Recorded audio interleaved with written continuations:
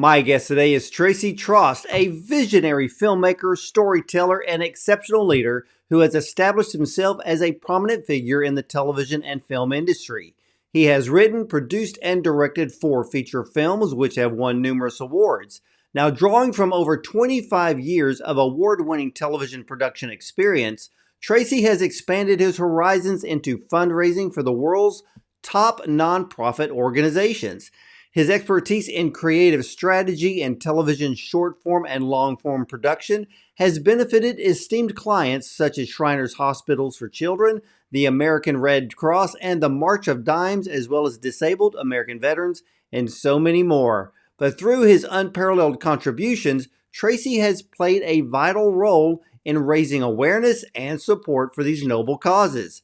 But we are here today to discuss his brand new project and a new series, The Mercy Ships, which is a series coming to streaming on Angel Studios. So, ladies and gentlemen, let's welcome Tracy Trost to the show. Welcome back, Tracy. Hey, Warren, it's good to be here. It's funny listening to that introduction. I need to update it a little bit. Have you already done more than 4 films, or? No, not the film so much. The fundraising part of it, that was written when I was primarily focused on working with charities and fundraising. And since 2021, I've been focused on strictly entertainment projects, though I still work with a couple nonprofits. Mercy Ships is a nonprofit, but the television show is an entertainment-based product versus a fundraising product.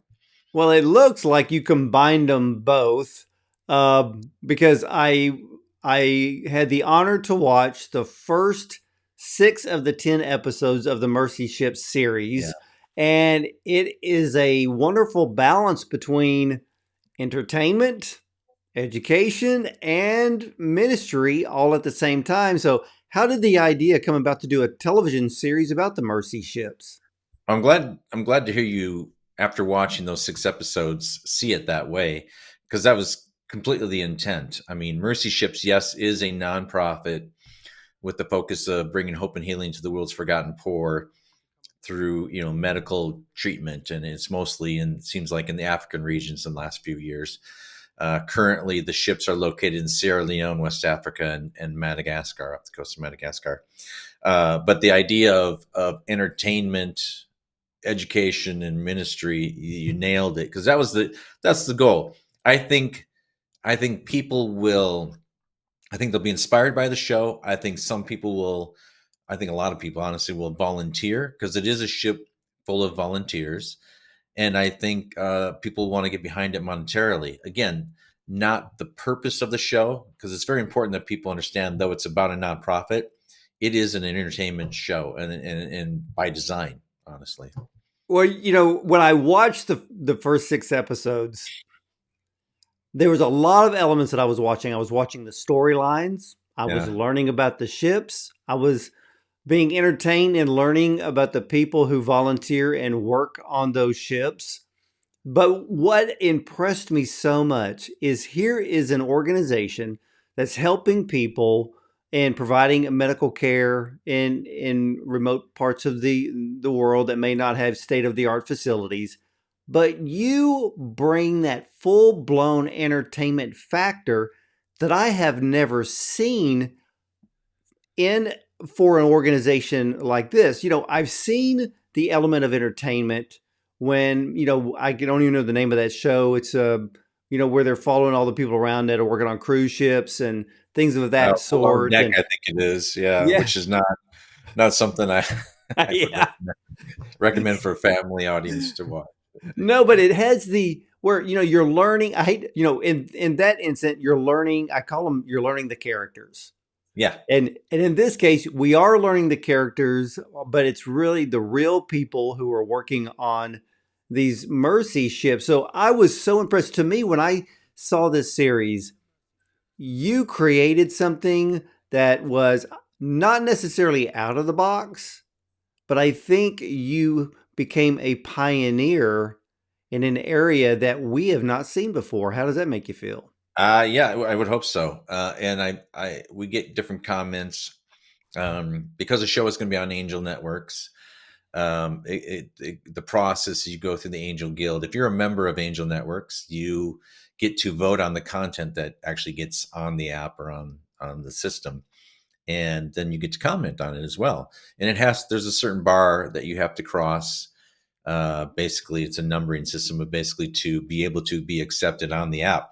And so I get to see all these different comments, and a lot of the comments that are interesting that to me I find is kind of a kudos or something telling me that we're on the right track. And one of them today was like somebody said, I don't like reality TV. I don't like the format. I don't like the style, but I'm hooked on this show, you know? And I think the key to this show compared to some others, because reality TV is usually very, very produced and it's not even close to real. We really focused on telling real stories about real people. We focused on being authentic in the delivery of the story, their walk with God, their mission, their service, the work that they do, the things that they do off the ship is just as important to me as the mission that they're working on there, and presenting it in a very authentic, very how can I say it, non-produced way. I mean, there is drama in the show through the different things that happen, like the fire, and the EMT drill and all of that. But the drama is situational. It's not people sleeping together and doing Well, it's drugs. not. Well, it's not. It's not scripted like reality TV No, is. Everything on no, reality TV is fake. None of that is real. pretty So much. maybe they Yeah. should call it fake TV from now on. Fake, But yeah. yeah, That's we'll let Trump name that one. Fake yeah, reality. yeah. But in this case, that's what I enjoyed about all the storylines because I knew that they weren't scripted because you can tell how real and authentic these people are because you see their heart come Yeah. out when they're talking about working on the mercy ships or we'll get into some of the stories. I don't want to give it all away to everybody, but for you, how long did it take Oh to boy. create the various storylines of those who actually work on the ships? It's a process. We're currently working on season 2 right now as we're finishing season 1. So I'm in the midst of all that, and it's basically it's meeting the people. We do interviews with each person. I'll do between 30 and 40 interviews. And who are they? What are they about? Where they come from? Why are they there? What do they do? What's interesting?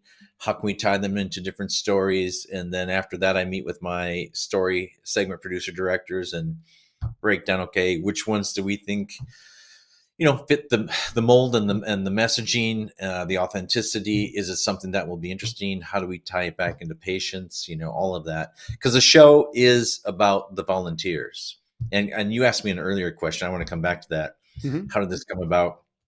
Like I said, I've been working with Mercy Ships probably for the past 10 years, mostly on the fundraising side. And we had a project on the new ship called the Global Mercy that was just coming out, being built. And this is a couple of years ago.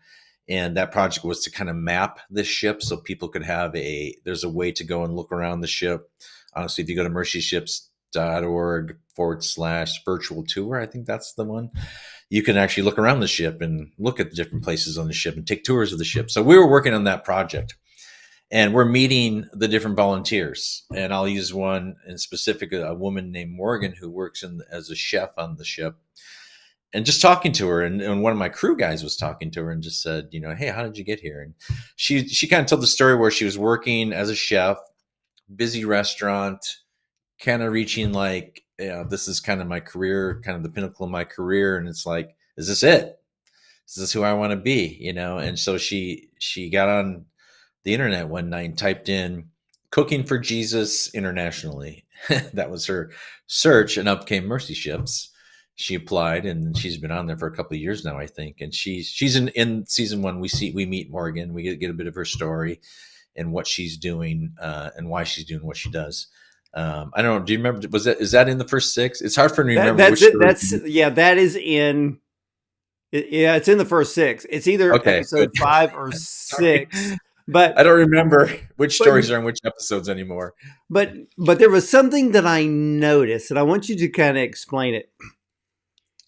The people you chose, I think there's a couple that are directly related to medical care, Yeah. but a lot of them are there where I would have never guessed how many Yeah. people it takes to run a ship that are Oh yeah. not, they're not the doctors, they're not the No. nurses.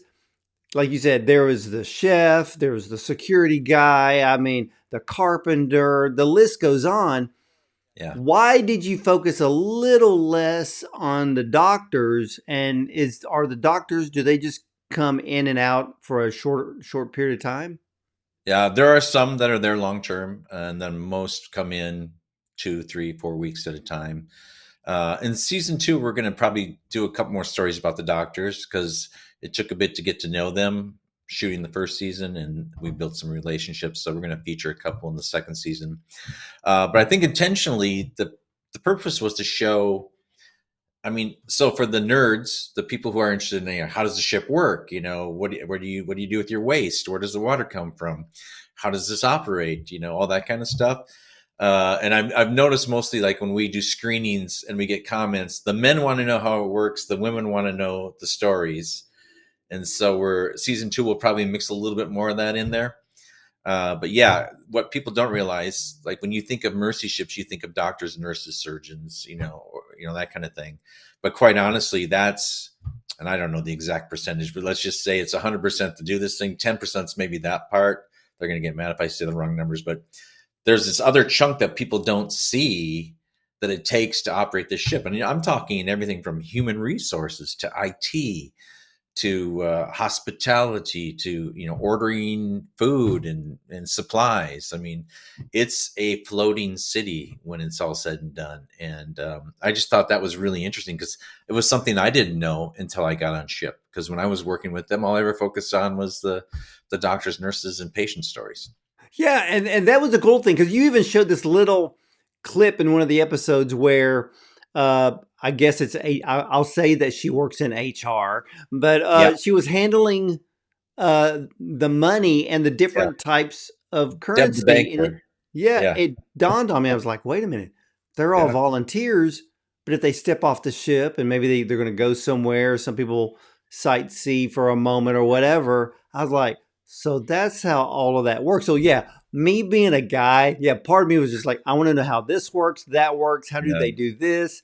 But it was the human stories that made that ship come alive. yeah. How long did it take you to film all 10 episodes? We were on the Global Mercy in Sierra Leone for about 4 weeks, and then we were on the Africa Mercy in Madagascar for 4 weeks. So about 8 weeks total. And then there's months of prep, pre interviews, all the logistics that go into it. So it's a full time gig for me and my team. Well, But yeah, Deb the banker was the one you were talking about. We get just a little piece of her story, but it was something that I didn't realize until I got on the ship. Like, hey, how do I get some local currency? You know, because the cool part about, I think you'll see that in, and I don't remember if Herod's story where he goes surfing, is that in the one episode you yes, saw? that's in this one. Yeah, so it's cool because when you're you're off the west coast of Africa and you get out of the city a little bit, it's an amazing country and the beaches are beautiful and the terrain is just it's exotic. Both even in Madagascar, I mean, it's one of the only places in the world that has lemurs on it, and you can go see lemurs, and so people when they go there, you get settled in. The ship is very first world, but then you get off the ship, you're very third world. But you got to have currency because there's markets that you'll go to, and of course there is a bit of a I guess what I call it. What do you call it? Not I'm trying to think of the word. Not vacation, but tourism. Sorry, there's a bit of a Right. Yeah. tourism Yeah. bit Tourism. there. So there's the markets where you can buy local goods and different pieces. I can't show them to you, but I bought a couple pieces I've got on my wall here that, to come back with. And so you got to have money. So they have to have basically a bank on the ship where you come in and you can convert your currency. And then like on the ship, there's a coffee shop and different things. And there's a supply shop where you can get snacks and there's some clothing and stuff. So you have to have some way of doing commerce on the ship. So that Deb helps set all that up and set your account up online. I went online and I looked it up because I was so intrigued because Sierra Leone and Madagascar, they're 4,400 miles apart. Yeah. That's, I think, 800 miles wider than the United States. How big of a challenge was that to coordinate? And were the ships Well, always we docked? did 4 weeks on one and 4 weeks on the other. So for us, we weren't skipping back and forth. So at least for shooting, I think we shot in April and October last year. This year we'll be in Madagascar in June, and then Sierra Leone in October. So Now, there was a story, which I don't want to give it all away, but I was intrigued on how and wondered how you, I guess, met the challenge. So there was a patient. mhm. She wanted to have surgery because she was going to get married, and at Well, the that's same, not exactly right. Yeah. So her name is Vivid Stata, and I'll do a spoiler here a little bit because it's still a great. Even if you know what's going to happen, it's a great it's story. a great story. Yeah. So she had a large goiter on her neck, and she lived in a village that was 9 hours away. And the only reason it's 9 hours away is because the roads in Madagascar are so bad. It's the equivalent of driving 90 miles, which would take us an hour and a half here in the U.S. It took us 9 hours driving to the to the village. It was pretty crazy. But her story is more along the lines. She had the goiter. Now, the thing you have to understand about the culture, which is kind of sad, in certain areas of the world, when you have a goiter or a deformity or something like that, you're kind of ostracized in your village because the thought is you've done something wrong, or somebody in your family's done something wrong, or God has cursed you in one way or another. So in a way, you're put aside and you're not really accepted in the village. So she was living with that. Of course, didn't ever have a boyfriend or a relationship.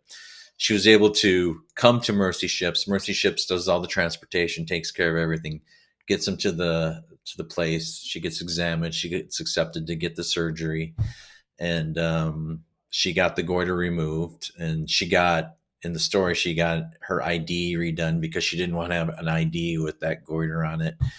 And she goes back to her village. Well, time goes by. Of course, she meets a guy. She decides that she's going to get married.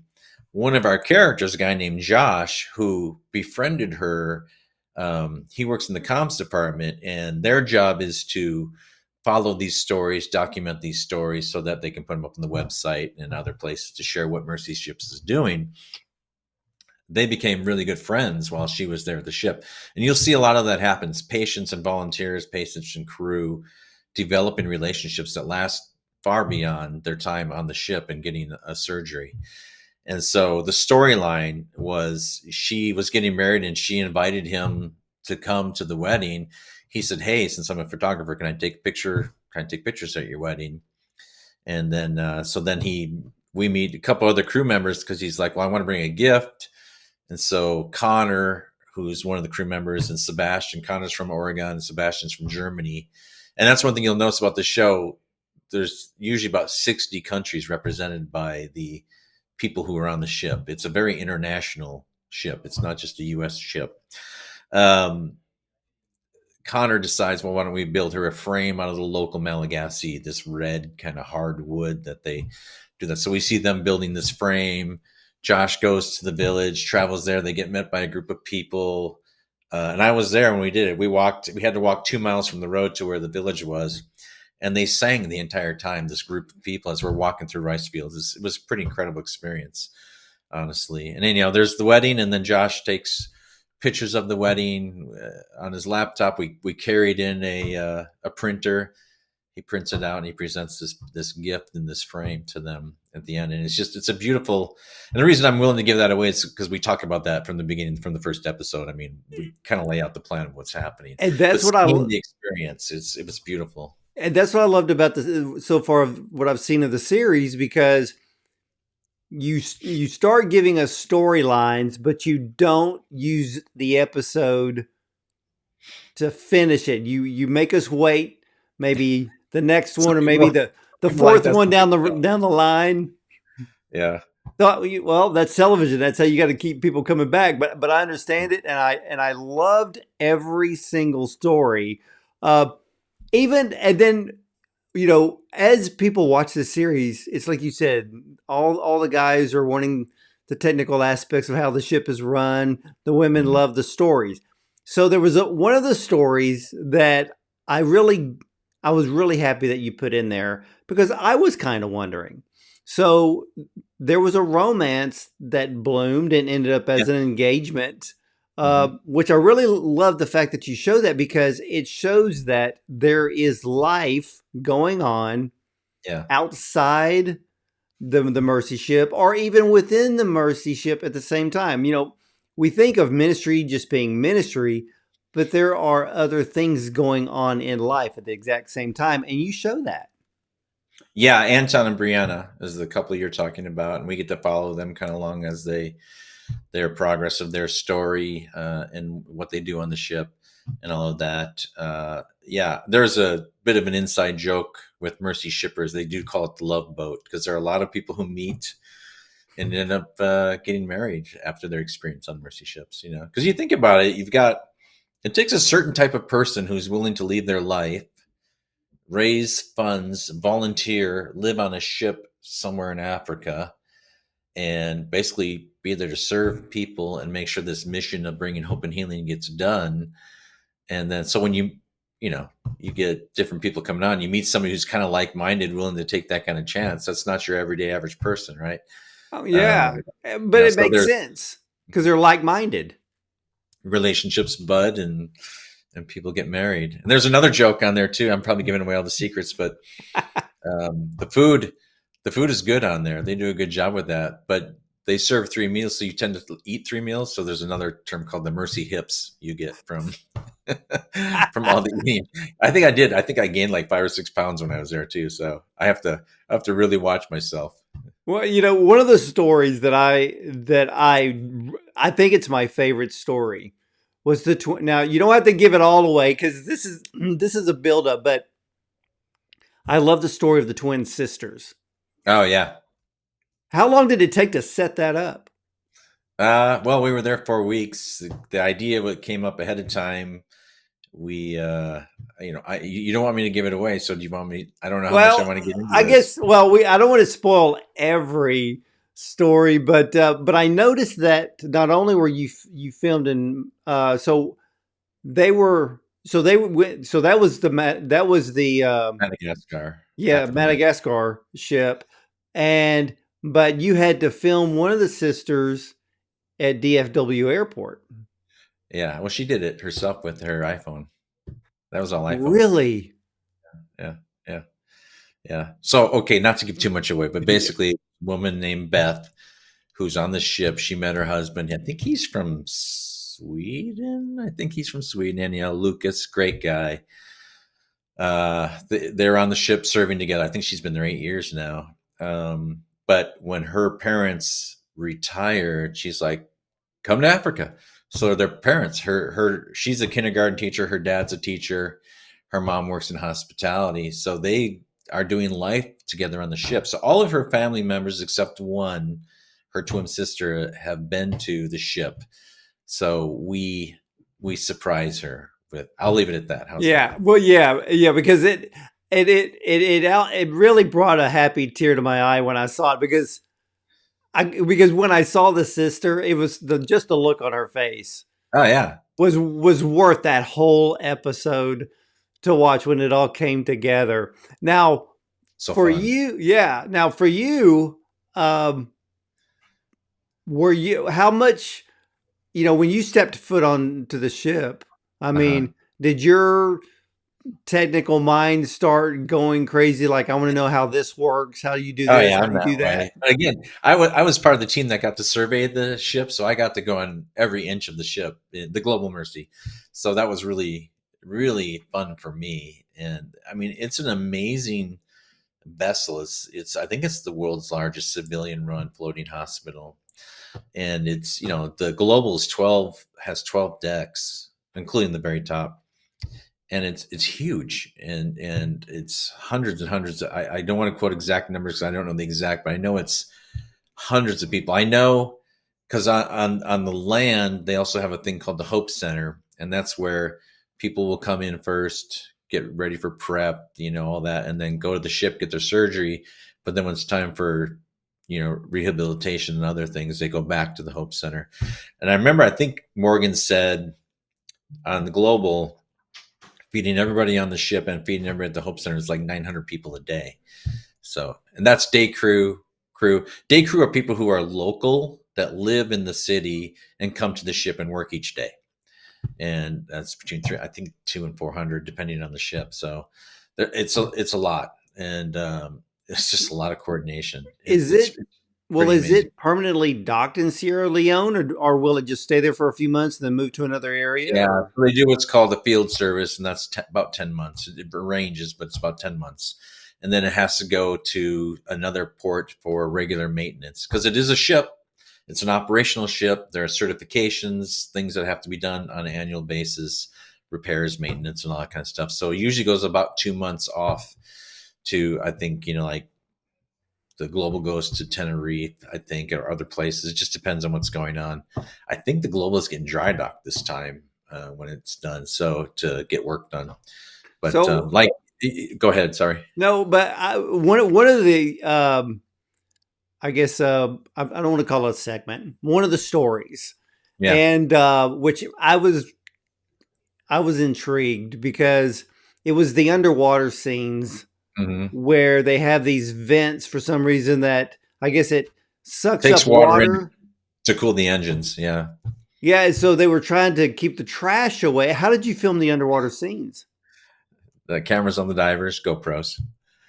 Yeah. Yeah, it's pretty great. They do that anyhow. That's kind of their because they kind of film document what they're doing.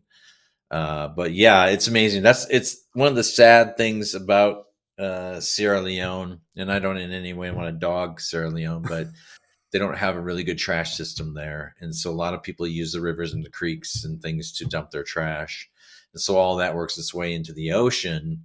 But when the ship is sitting there in port and it's sucking up water for cooling, all that trash can get in there and clog the different vents. So they had to come up with a way to build something to stop that trash from being sucked in. So we kind of document that process, actually. Well, yeah, and I love Pretty that cool, because isn't it? yeah, because you're the carpenter, the young man. I believe he's from Oregon, George, on the yeah, ship. upstate New You know, York, I believe. yeah, Yeah, because he said that I'm a carpenter, but the majority of the ship is metal, and yeah, so he's still using his skills. But yeah, I also love the fact that he was one of the ones that helped to build yeah, some of the medical apparatuses for yeah, the children if they've had surgery on their foot or their leg. He's yeah, creating things to help them improve their healing and their rehabilitation. yeah. And they work hand in hand with the nurses and the rehabs, therapists, and all that. And you'll see George. He helps create an apparatus for a kid to help him walk. Well, actually, a few different ones. But that's kind of the cool thing about it, and it's because when again you're off the coast of Africa, it's not like you can run down to a hardware store if you need something. Supplies come. Mercy Ships is located in Texas, so supplies come on a regular basis on cargo on the containers. But just because the things are in the world, that container could take 3 weeks or it could take 6 months, to get there. So they have to be very inventive and create their own stuff many times, and also sourcing other things like pallets and finding wood in town, stuff that's been thrown away, and reusing it and using it for things on the ship. I mean, they do get supplies, but these guys are very inventive and creative in how they do things. Well, how long has the captain been, I guess, manding the ship? Captain O'Shea. Yeah, how Yeah. long has he So been there? there's several captains, and they do a rotation, like 3 months on, 3 months off. But Captain O'Shea's been a captain his entire life, and then he retired. And then he had heard about Mercy Ships when he was, a captain around the world. It's pretty well known in the maritime world. And thought, okay, well, still very active, still very vital. It's like, what do I do with my life now that I'm retired? And so he started volunteering. And I think he's 3 months on, 3 months off. But it's funny because when we were filming him, I didn't realize what a big character he would be in the series. He's kind of throughout the whole first season. And the cool thing is, when we go back in June to Madagascar, he'll be on the Africa Mercy as the captain. So we'll get to see him there. Yeah. Wow, so there'll be some extra storylines with the captain then. Yeah, yeah. Oh, yeah. You love the captain. He's great. He's Irish. He's got a great accent. One thing he told me is we don't say "top of the morning" to you as Irish people. He said, "What was the other thing he said? I want my Lucky Charms." He said, "I don't ever say that to an Irish person either." Yeah, yeah. I'm sure that gets old pretty fast. Now, for you as Yeah. a filmmaker, what was the biggest challenge for the whole series to come together? I mean, again, you're filming in a very remote location, so you got to bring everything you need. We traveled with a lot of gear. I had a team of about 12 people. Um, I mean, the challenge I've done in my career, I've done a lot of overseas filming, so I'm pretty used to that. I think overall, it's just making sure we get everything we need for cohesive stories, so they flow one into another and can cross over between characters, and keeping it interesting and keeping it, like I say, entertainment focused primarily. And because I believe the heart and the soul of the mission of the organization will come through that organically. We don't need to make a promotional video. We need to just tell the stories of the lives of those involved, and the rest of it will come. Yeah, and that's what I want people to realize about this series, that it is an entertaining series. It's not an infomercial. Even though it may encourage and inspire and motivate people that if they want to volunteer on the Mercy ships, there's ways they can go and do I'm that. So hoping that there happens. is something Yeah, encouraging about this. yeah, yeah. And there's a website at the end of each episode just says if you want to volunteer, go to this website, which I can tell you it's mercyships.org/go. And if you're interested in it, you can get on there. And there's a list of all the different jobs, teachers, IT, HR, all the way down through the medical stuff as well, because it takes a lot of people to keep that thing working. It does. And I was really surprised that there are even whole Yeah. families that are on the Yeah. ship as volunteers as well. That must be an incredible experience, especially for the children. Oh, think about that. And there's some people that have lived there their entire lives. There's a couple of people I met who did their entire school career on ship in the academy, because there's a full school on there too for the kids. And the cool part about that is, again, you got people from 60 different countries coming together. And imagine going to school on a ship with people from multiple different countries, different cultures, different traditions than what you have. I mean, what better way for a child to grow up to be exposed to all of that, And they're learning different languages, of course, and cultures. And there's different nights on the ships where they have like, Dutch night or, German night, or, they kind of celebrate their cultures. And that's the cool thing about it. And I will say that the thing that really struck me on the ship is the culture.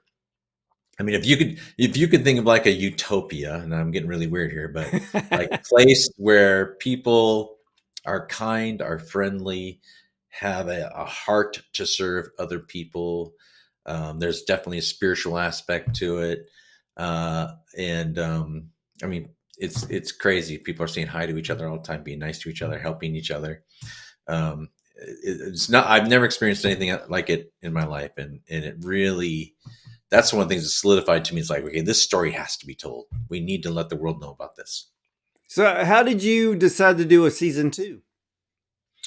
Based on the success of season one, just in the short interim of it, and Mercy Ships believed in it that much and caught the vision for it. I believe, like I say, it's going to be on Angel starting June 18 this year, 25. I believe. I believe it's going to get a big following because it'll be available in other places. It goes, TVOD, AVOD. As time goes by, it'll go down through all the different areas that you can see it. But as a creator, of course, I'm going to say it's amazing. Everybody's going to love it. But I mean, you've seen it. I mean, Well, I truly yeah. think people are going to Well, want to watch this. because I watch because I You watch watch a so lot of much. stuff too. I watch a lot of stuff. But what? Yeah. And ladies and gentlemen, and of course, this is a series everybody is going to absolutely enjoy. Your whole family can watch it. So it's that kind of series. And Yeah, definitely a but family get from a together. filmmaker point of view, the production value of this series is at the top. I mean, it rivals any series that we've ever seen on television. And so this is done. I can tell that everybody absolutely loved doing this series. And the other thing that I really loved, because I was watching some of the technical aspects, is I loved the fast, entertaining transitions that you would give us these little sound bites, and then you moved into the story, and you were building the story as it moves along. So the series, it's not slow whatsoever. You are focused Mm. on what's going on. And then I caught myself that when I got to the sixth episode and it was over, I was just like, well, I want What? to know what happens with so and so. I'll send you episode 7 here in a little bit. But Um, no, go one of the ahead. comments I get, which of course for me as a creator, I really appreciate, is I was with a group of people and we watching one of the episodes, and it got through the end of the episode, and people actually said out loud, "Wait, it's over already?" So when somebody's not going, "Okay, how much longer is this going to take?" That's a good thing. That you get immersed in the story, and then when it ends, it's like, "Oh wait," and they feel like it was a 10-minute show, not a half-hour show. Yeah, and it's a great half hour. Now, uh, I saw that a group on the ship came together to create a song and a Yeah. music video. Mhm. For you, how did that whole thing come together? Well, as we were looking through stories, there was two people on the ship: a woman named Dika and a guy named Roximo. Dika's from the Netherlands. Roximo is from Sierra Leone. I mean Guinea originally, but now in Sierra Leone. And the it came across that they were musical and that she could sing and all of that. So the producers met with them, interviewed them, and said, "Yeah, man, she's got a voice and super talented." I said, "Well, then let's have them that be a storyline. Write a song, work through recording the song." The bonus was the blind school. We didn't have that in the storyline at the time, but through another character, he said, "Hey, I know of this blind school that has a choir." I thought, wow, that'd be cool. Let's do something together. So they actually, go to the blind school and record these kids, this choir singing, background and some stuff along with the song. And I thought, well, to culminate this, then let's create a music video on the ship. So they came to the ship, sang for Patience, and then we shot that music video.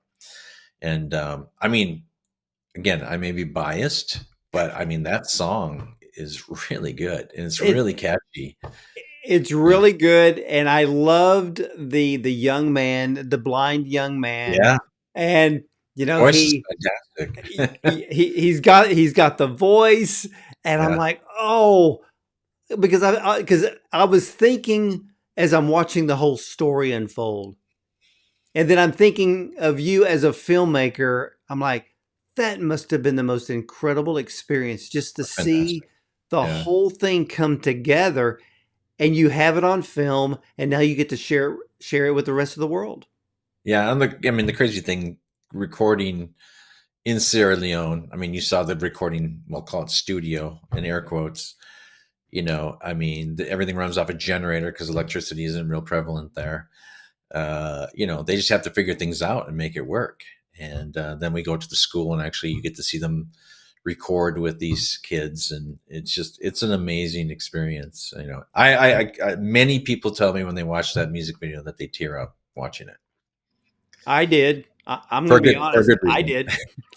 did. Not because it's bad, but because it's good. It's so good, and I love the fact that you literally filmed it as a true music video. We did as Eh, it happens. Yeah. Yeah. Yeah, because Now the music video was a little more produced. We had to get cameras all over the place and go through this song 4 or 5 times. It was funny because trying to explain to these kids who have never done anything like that, it's like, okay, we're going to sing this song like 10 times. Be ready. About number 3 through, they're like, how much longer? Oh, my legs are tired. They were done. I'm like, oh, a few more. And we're yeah, filming on top of the ship. Had to get the drone going. I mean, it was a bit of an undertaking, but it turned out really well. Well, I just loved all of the incredible effort that you and your whole crew put this thing together. The music video to me was the icing on the cake for this series. It was beautifully shot. I love the drone shots in this series because it allows A the, lot of drone the work in the series. Yeah. yeah, because it allows us, the viewer, to kind of get Mhm. a, an kind of give a view of Madagascar and Sierra Leone, Yeah. and to see what it's like to drive 90 miles. That takes you 9 hours to get into a remote area. Those are So long that, days. yeah, I love that stuff. Yeah, those were long days. I think we should have documented the trip a little bit more in it because it's hard to explain how bad the roads are there. We show it, but I mean, there was craters as big as the truck itself that we had to drive through, you know? Yeah. Wow, that Yeah. is incredible. Now I can't wait for the next 4 episodes, and of course I know that it debuts June the 18th, but now I'm excited with the fact that season 2 is going to be produced as well. And ladies and gentlemen, did you know that over 50% of the world's population lives near a coast? And the Mercy ships are the best way to reach people in need with safe, state-of-the-art medical care. Now, in places without access to medical care, there are children and adults suffering and dying from treatable causes. But without help, 1 in 11 will die before the age of 5, and the Mercy ships reach these vulnerable children and families and provide the hope and the healing that they have Mm. been praying for. Now, this series isn't just about the ships, but more importantly, the people on the ships. You are going to find that the Mercy Ship series, it's absolutely entertaining. Yes, 2 ships docked off the coast of Africa, helping many people with treatable diseases that, well, we kind of take for granted here. But this is a story about people.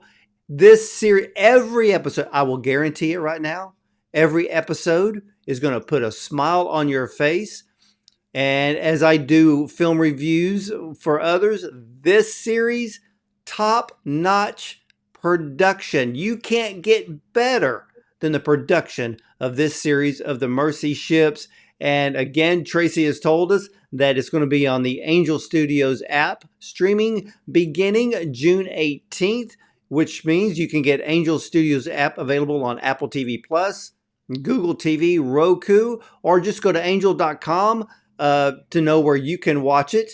And also head over to the mercyships.tv and join the mailing list to keep updated about this uplifting and inspiring new TV series.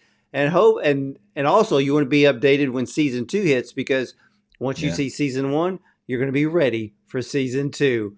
But for all of you out there who want to know more about the ministry of the Mercy Ships, head over to mercyships.org for more information on how you can help, and maybe the Lord is calling you to, well, aboard an adventure of a lifetime to help those less fortunate. Well, Tracy, I want to thank you so much for coming on and sharing this incredible, entertaining new series. Thank you so much, man. I appreciate the time, and I look forward to many, many more years of doing this. I'm looking forward to it. And again, ladies and gentlemen, the Mercy Ships TV series debuts June 18th on Angel Studios. Check them out. Again, go to the mercyships.tv for more information. And like I said, it's entertaining, it's heartfelt, it'll put a smile on your face. And at the same time, you see people who dedicate their lives for one thing, and that is to serve others. So we can all take a lesson from that. And for some of you, you may be motivated enough to contact Mercy Ships yourself. Who knows? You may be finding a new job pretty soon. So again, I want to thank everyone for watching and listening, and I'll see you next time. This summer, Angel Studios invites you to come aboard the world's largest civilian-run hospital ships to meet the team of international volunteers who are living their faith and healing those in need. We all feel God's calling to come and help anyone that we can. We want to try and make the world a better place. Witness the tears and triumphs. When Mercy Ships sails in, we really do see hope again reignite in people's eyes as we look at them and show them Jesus' love. Come and join these everyday heroes on board the Mercy ships. There's no other ship in the world that has a cargo of hope and healing. Begin watching for free now on Angel.